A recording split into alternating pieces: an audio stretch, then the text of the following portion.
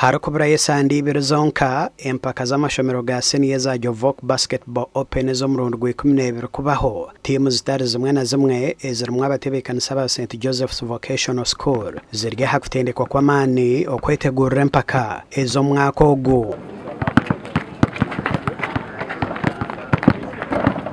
Alex Byamukama oryo mutendeki wa timu ya St Joseph's Vocational School nagira ngo hamurondo ogu okutendekwa kwabo bakutandikire kare kibahwere kusinga empakezi ezibahererukire kusinga obuzitongozi bwaho omwaka gw'2013.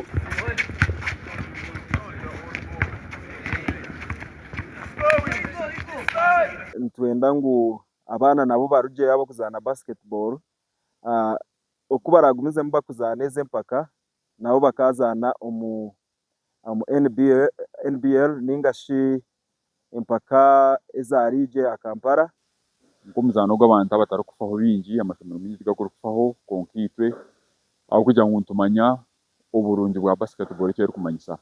na munonga habwiro abantu baseme kwambaza umunsi bakareba skill bako bagizere ningo homoga bako bagizere ningashi talent bako bagizere kabasa kubayamba umagara gabo. Father Christopher Katono orumukuru w'ishomereri nagira ngo empakezi zihwerire cyangwa mu kutunguka ko muzano gwa basketball aho abazana binji barugiremo ko babazana barunji kwika rurengo rwensi yona.